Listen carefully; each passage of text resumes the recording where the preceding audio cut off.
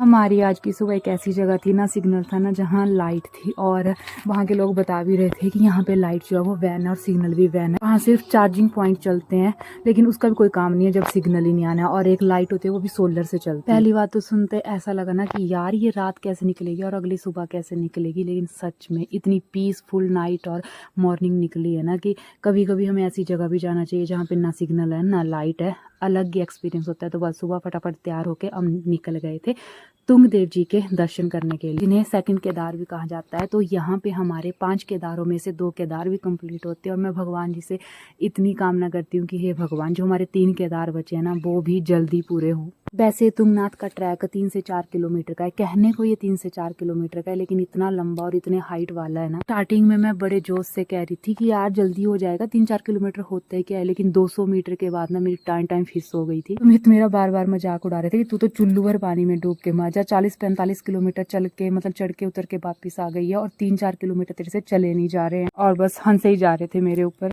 मैंने तो 200 से 500 मीटर तक के अपने घुटने टेक दिए थे कि मेरे से नहीं होगा, मैं यहाँ बैठती हूँ, आपका वेट करती हूँ ना, आप दर्शन करके आ जाओ। लेकिन सुमित का साथ और थोड़ी सी हिम्मत दिखा के ना मैं तुंगनाथ जी के मंदिर पहुंची गई। जितना थकान भरा ये रास्ता है उससे ज्यादा सुखमय रास्ता है। इतनी अच्छी अच्छी वादियाँ, इतना अच्छा अच्छा व्यू, जहाँ से कभी घर आने को दिल ही ना करे। और वहाँ पे हमने पूजा भी करवाई। केदारनाथ में बहुत भीड़ थी तो वहाँ पूजा करवाने का कोई मतलब नहीं था, जल्दी जल्दी बाहर भेज रहे थे।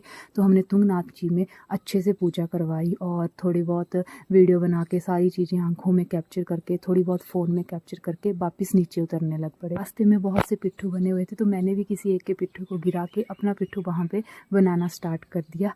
कहते हैं कि यहाँ भी अपनी एक अलग सी कहानी है कि हाँ विश मांगते हैं पिट्ठू बना के, लेकिन मैंने कोई भी विश नहीं मांगी क्योंकि भगवान का दिया हुआ फिलहाल सब कुछ है मेरे पास। है तो हमारा हिमाचल भी बहुत सुंदर है, लेकिन उत्तराखंड की ना बात ही कुछ अलग है। फटाफट फिर हम अपने क्वार्टर मतलब जहाँ हमने रूम लिया था वहाँ पहुँचे, ब्रेकफास्ट वगैरह किया क्योंकि हमने अपने अगले सफ़र पे भी निकलना था बद्रीनाथ जी के लिए, जो कि हमारा 250 किलोमीटर का रास्ता था। कहने को तो ये गिनती से लगती है 100 किलोमीटर, 150 किलोमीटर, 250 किलोमीटर, लेकिन जब चलते हैं ना तो बाप याद आ जाता है। अभी हमने थोड़ा ही रास्ता तय किया था और तब तक बारिश लग जाती है। फिर क्या, फंसाओ अपने रेनकोट और चलो आगे। 250 किलोमीटर का रास्ता तय करके हम पहुँच गए थे बद्रीनाथ। 5:30-6 के करीब हम बद्रीनाथ पहुँच गए थे और रास्ते में हमें दिख गया था कि बहुत ज़्यादा भीड़ है। तो हमने डिसाइड किया कि आज हम दर्शन नहीं करेंगे। हमने रूम वगैरह ढूंढा।